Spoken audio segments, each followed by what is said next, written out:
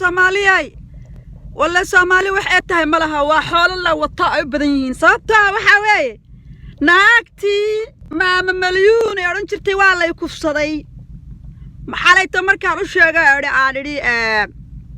naayaa laguma kufsanin beenta jooji dad la kufsaday baa buux annagaana la kufsaday meelna bulistaa markaan walaalkii soo booqanay markaan lagu kufsaday dad meel baanu ku soo xidhnaa baanu kufsaday dad waana la kufsaday shirkayga waa yaala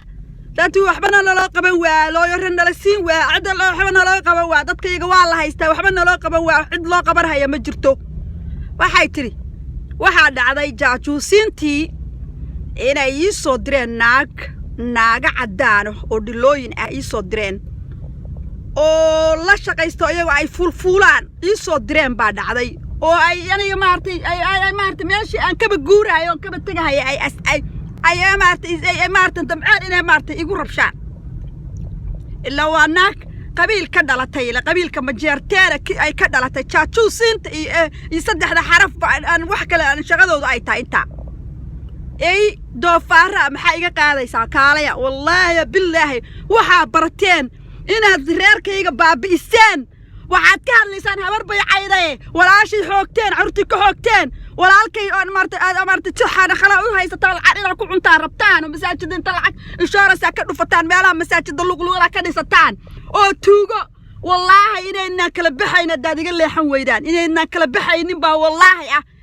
qabiil kama xoog weynaa qofna qof kama xoog weynaa wallaahi naag cadaan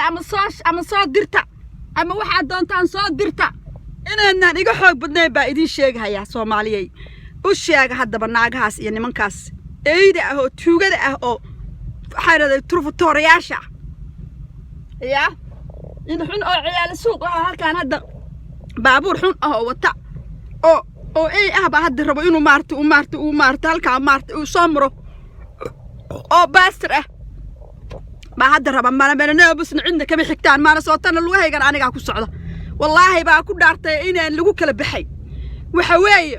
tuuganimada aad dadka intaan insurance gashataan dadka qasabtaan oo dadka aad afka iyo dhagaha ka xidhaan ma shaqeynayso wallaahi billaahi dadkii fiktanka ahaa aad idinku iska dhigtaan oo iibsataan meelba aad u fadhiisataan ma shaqeynayso wallaahi inaan lagu kala baxay oo shaqeynayn ya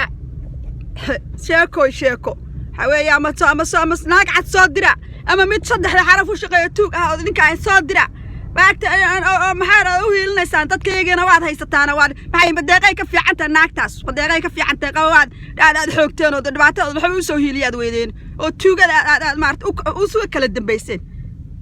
jartaan iyo ogaadeenoo isaga kala dambeyseen oo aad dhibaatada ugu haysateen oo disheen oo waxayseen miyaa naga aaba fiicantay maxaan u hadli weyn ka anaga u hadli weyn anaga dhibaatada anagu runta ahaadoo noo geysateen oo xoogteen oo kufsateen baa leedina ka hadlina hadda laakiin min aan la kufsan oo la xoogin waa power garaynaysan maalmo garbasaar waa u iibinaysaan oo waxa leedin saade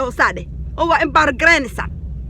for nothing qof ay wax siisa iyo qof wax u qabtaan midna ma jirtaa qof kuwa human rights ka sheeganaya idinku toona cidna waxba uma qabataan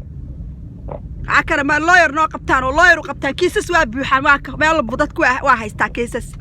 waxay wax u qabanayaan waxay lawyer u qabanayaan ma habar xun ba intay meelaha ay gusween iyo nin gusween ugu yeeraan xogaa lacag siiyaan bay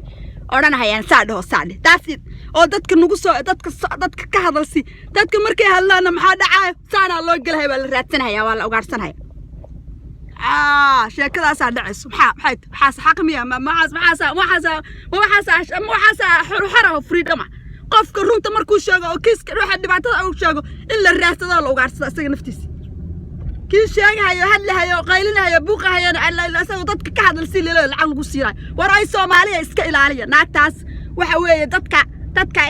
ayay ka hadalsiisaa oo qofkii hadlo oo wax soo sheegtana waa la dhibaato loo geystaa waa ogti ya dadka afka laga qaban hayaa soo ma aragtid